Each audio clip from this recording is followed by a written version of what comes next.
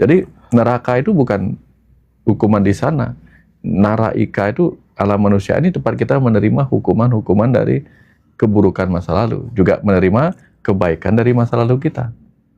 Maka kalau dulu kita pernah banyak berbuat baik, surganya di sini. Surga itu apa? Alam cahaya. Jadi hidupnya bercahaya, lahir sebagai anak orang kaya, sekolahnya dipermudah, pintar dan sebagainya. Semuanya menjadi, itu hidupnya seperti hidup surga, bercahaya, swarga, bercahaya. Tapi kalau enggak, dia hidupnya di alam manusia ini, alam neraka ini penuh penderitaan. Nyari gini susah, nyari gitu susah, disakitin orang, udah banyak berbuat baik, disakitin. Gitu. Karena dia menebus hukuman-hukuman tanda petiknya. Iya, udah banyak berbuat baik, masih disakitin gitu. Itu berarti sedang menebus karma. Menebus karma, tapi kebaikannya sekarang pasti akan berbuah baik di kehidupan berikutnya, atau minimal setelah yang ini lunas.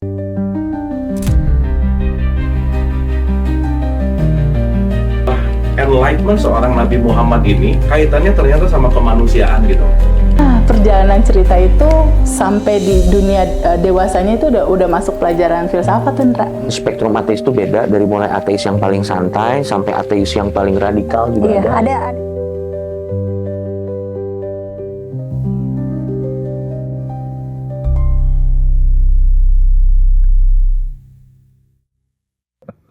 Nah, gara-gara memeluk rangsel tadi ya, otak saya jadi kram gitu.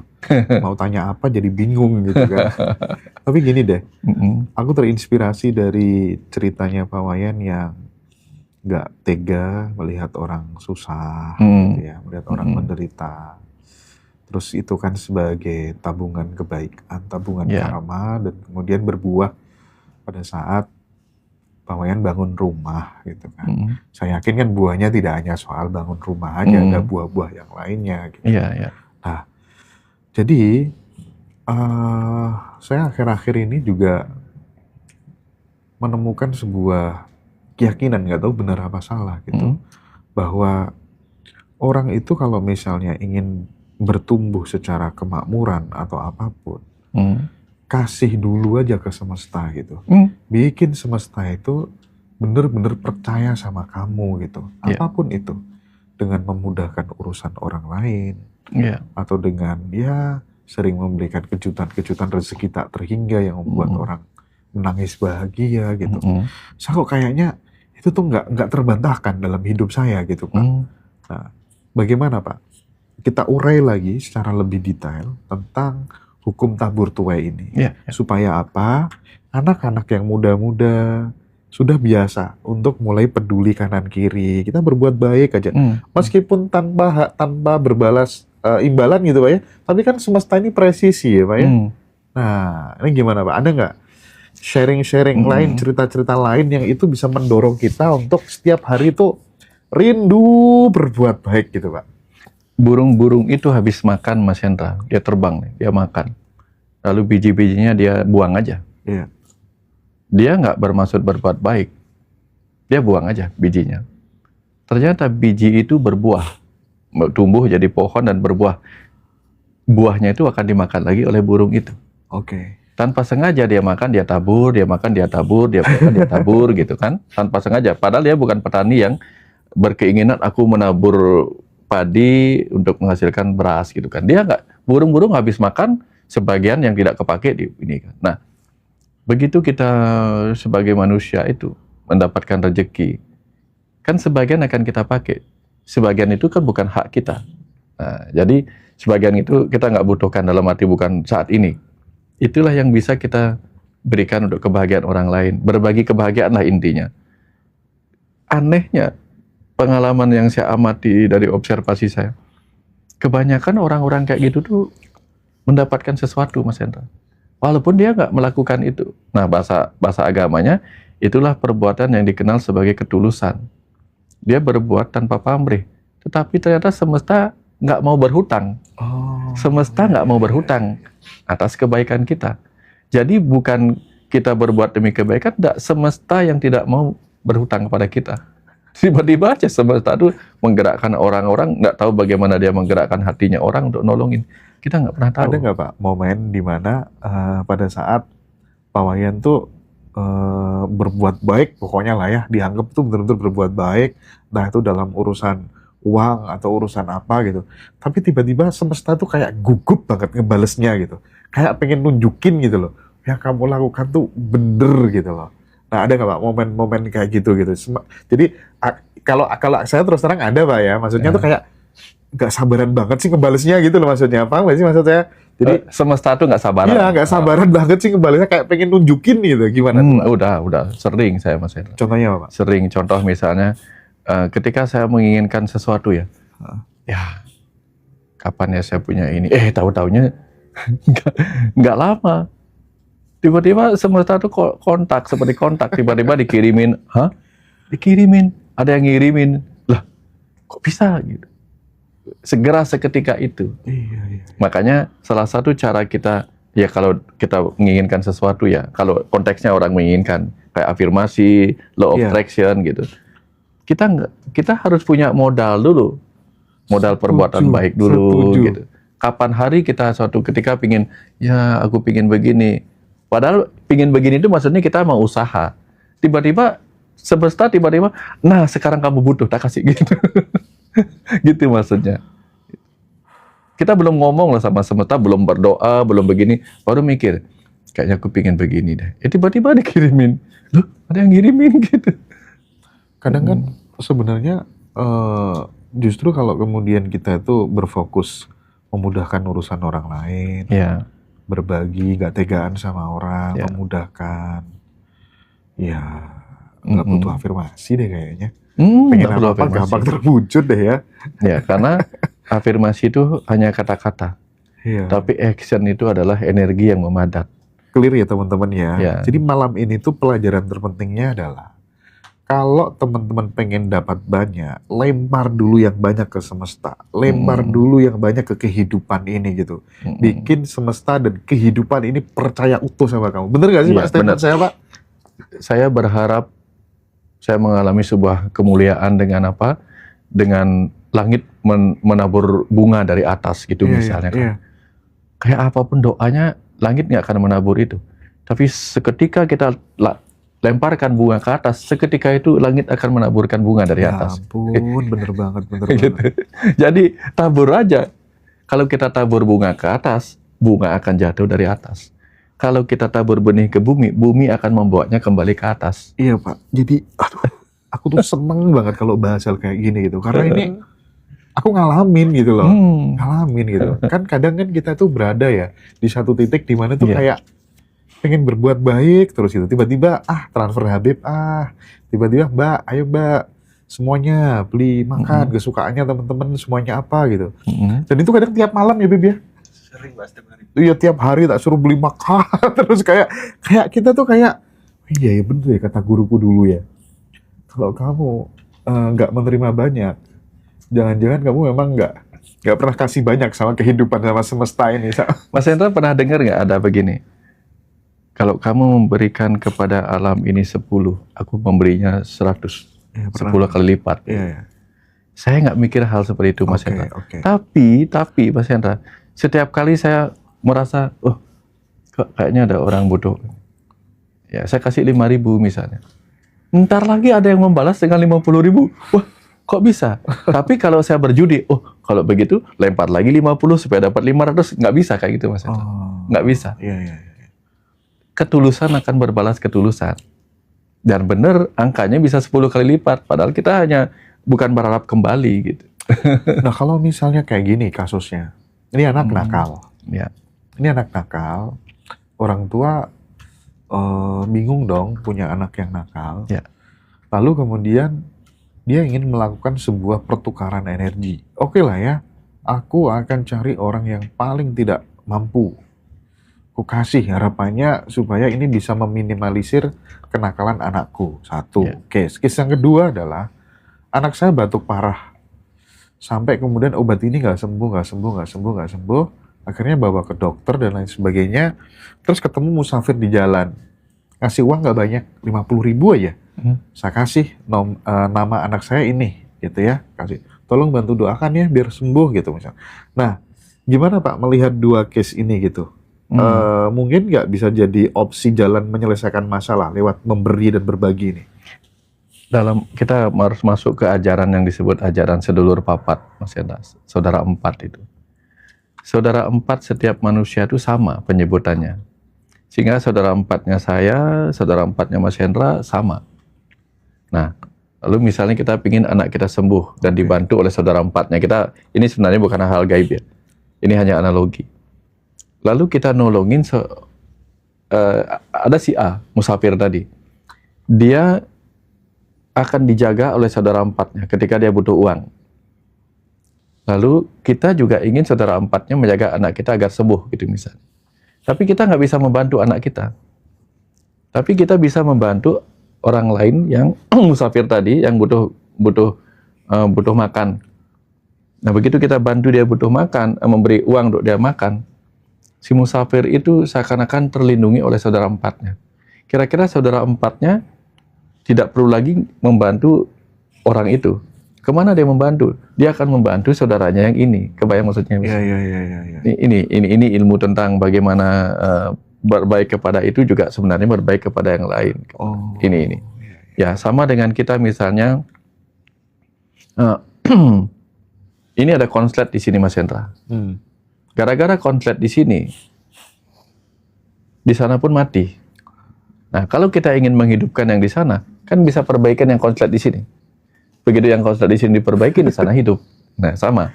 Kadang-kadang begitu Mas Hendra. Kita nolongin orang, dia batuk keras nih.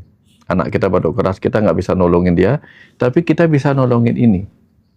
Ujung-ujungnya apa yang terjadi? Bisa saja kita kemudian anak kita dipertemukan dengan dokter yang tepat, obat yang tepat. Random gak sih Pak ya? Random. Gitu. Iya. Kejadiannya memang kayak gitu. Nah ini pola-pola yang saya amati. Oh, gitu. Ya. Kita mungkin menolong orang miskin yang sangat merasa wow dengan uang 50.000. Sementara kita butuh 50 juta misalnya. Nanti akan ada orang yang biasa-biasa aja memberinya 50 juta. Bagi kita wow, bagi dia biasa. Sama dengan 50.000 yang biasa bagi kita, bagi dia wow gitu. Jadi semesta itu kayak gitu Mas Hendra. Jadi contoh nih, aku punya kru Pak. Ini kan cowok ini namanya Mas Huda ini. Dia mengorbankan waktu, tenaga, pikiran, finansial buat pacarnya. Ya kan, semuanya dia kasih gak karu-karuan gitu ya.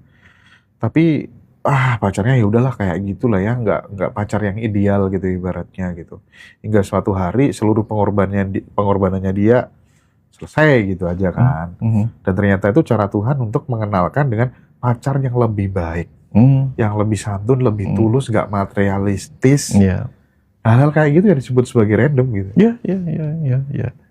Ya dia sudah bayar hutang pelajaran minimal lah, hutang kurikulum lah. Gitu. Udah pernah mengalami ini, oh berarti ini. Nah, tapi artinya saya selalu diingatkan sama seorang ponaan itu. Jangan lupa Pak Yan, gitu. Leluhur itu tidak mau berhutang kepada kita. Gitu. Maka orang Bali itu mempersembahkan kepada sesuatu kepada leluhurnya dengan catatan ketulusan. Dan disitulah benar terbukti leluhur nggak mau berhutang kepada kita. Gitu. Ya. Sama dengan kita misalnya ada orang, ini orang kaya raya nih Mas Hendra. Pas dia nggak punya uang sama sekali untuk memberi makan, lalu kita kasih dia bayarin dia makan, kira-kira dia akan balikin karena apa? Gengsinya sebagai orang kaya tuh malu merasa berutang, jadi dia akan bayarin lebih banyak lagi. Ya. Apalagi semesta, apalagi gitu. Tuhan. Gitu ya. Kayak gitu logika berpikirnya. Nah, ini menarik soal karma nih. Kita nanti kan ada sesi di acara Mi'raj Kesadaran gitu kan. Ketiga-tiga pembicaranya kan Muslim nih. Kang Abu Muslim, Pak Koji Muslim, Mbak Amanda Muslim, ya kan. Nah ini nih Mi'raj Kesadaran dalam persepsi Pak Wayan dan Kang Abu, Pak Kojim dan Mbak Amanda itu nanti akan disatukan gitu. Nah hanya saja secara spesifik Pak Wayan nanti akan bicara tentang meditasi pelepasan karma, gitu ya.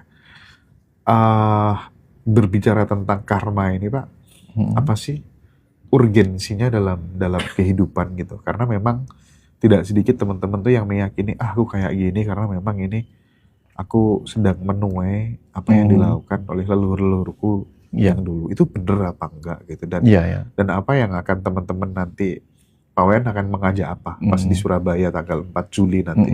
Juli ya Pak ya? Juli. Iya. Nanti saya akan menceritakan detail ilmu tentang karma dulu. Sehingga benar-benar kan dari paham dulu Mas Hendra. Ya. Setelah paham, oh pantesan ada blocking mental. Ada sesuatu yang ngeblok saya sehingga kok saya selalu disakitin orang gitu misalnya kan. Ternyata yang ngeblok itu adalah apa? Ketidakikhlasan kita menerima perbuatan buruk orang lain misalnya. Karena nggak tahu bahwa perbuatan buruk orang lain adalah penebusan dari perbuatan buruk kita di masa lalu pada orang lain. Once kita belajar menerima dan ikhlas, nah disitulah. Islam kan mengajarkan kepasrahan mendalam, keikhlasan mendalam. Itu kan sebenarnya ikhlas ngapain? Ikhlas untuk tidak membalas apapun perlakuan buruk. Karena perlakuan buruk orang itu bisa jadi sebuah pelajaran, bisa jadi sebuah penebusan utang karma masa lalu. Karena kita pernah berbuat buruk di masa lalu kan. Jadi neraka itu bukan hukuman di sana. Naraika itu alam manusia ini tempat kita menerima hukuman-hukuman dari keburukan masa lalu. Juga menerima kebaikan dari masa lalu kita. Maka kalau dulu kita pernah berbuat baik, surganya di sini. Surga itu apa? Alam cahaya.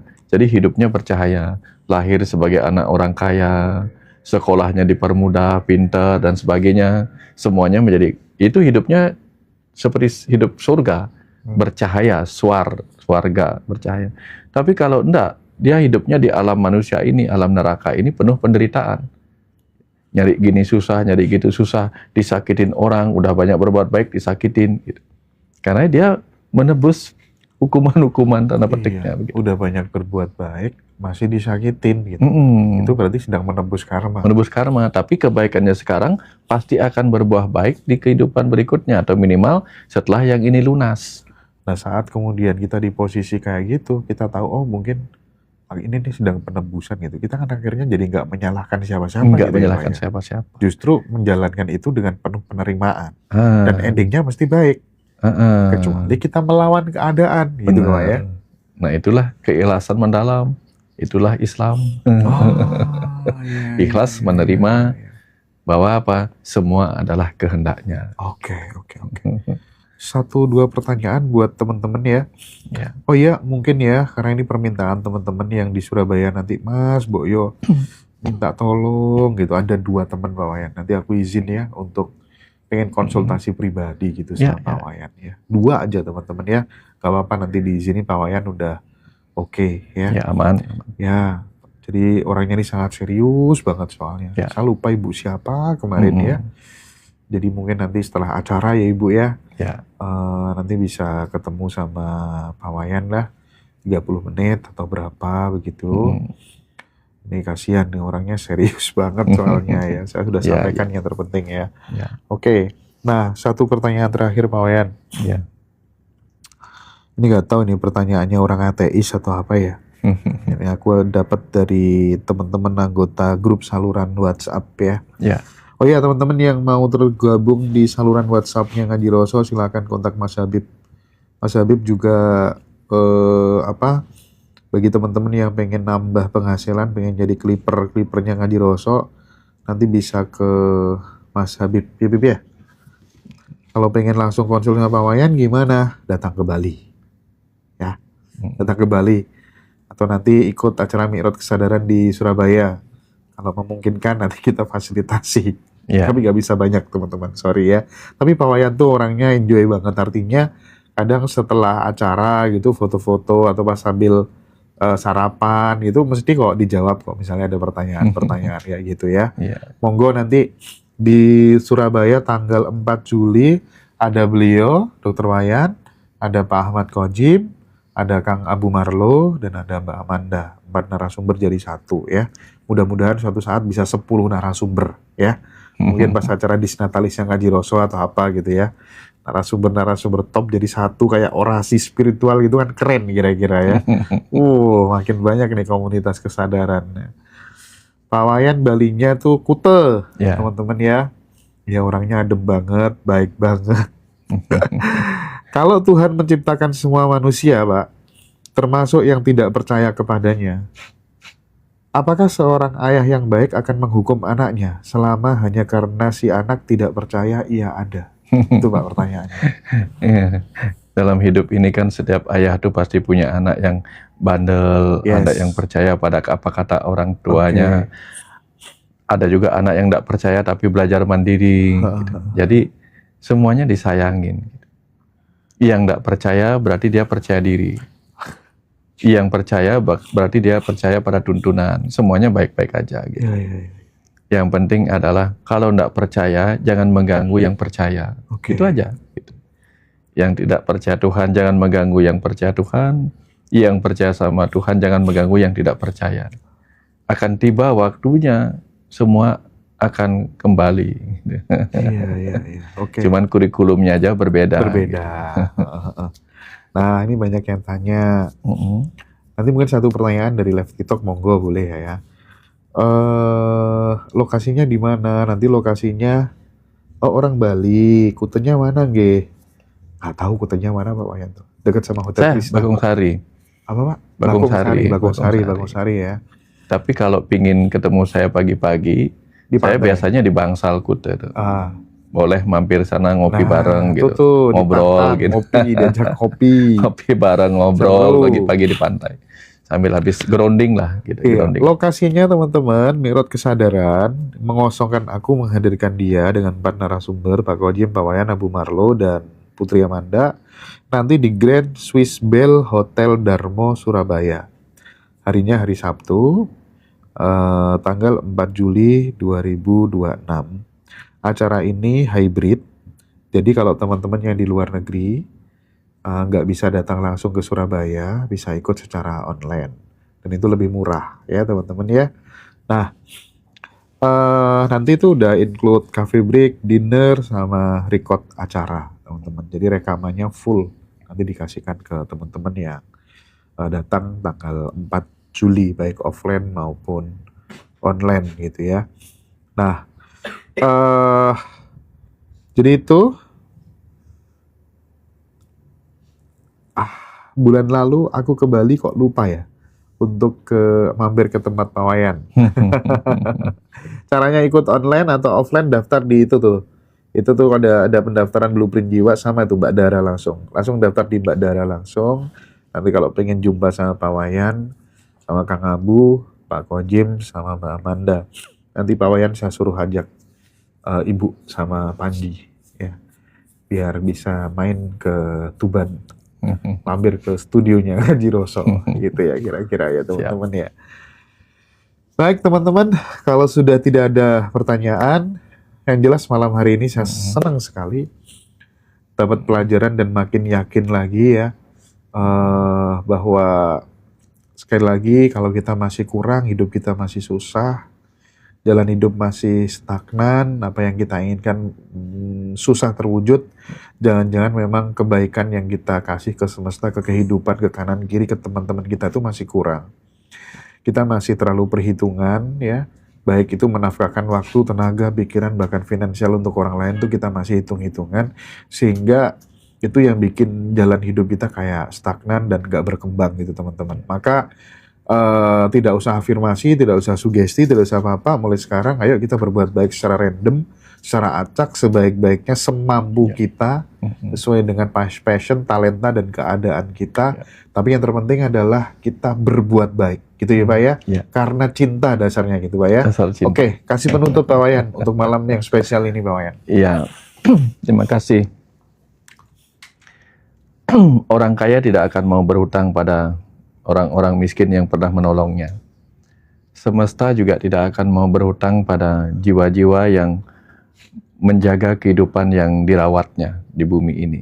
Sehingga lakukan tindakan-tindakan yang merawat kehidupan ini, maka kehidupan yang lebih besar ini juga akan merawat kita apa adanya. Bahkan melebihi apa yang bisa kita berikan kepada semesta ini. Terima kasih. Baik, terima kasih banyak Guru Wayan Mustika. Sampai ketemu teman-teman tanggal 4 Juli 2026 di Surabaya. Terima kasih Pak Wayan, sehat terus Pak Wayan. Malam Mas Enta, Rahayu. malam teman-teman. Rahayu.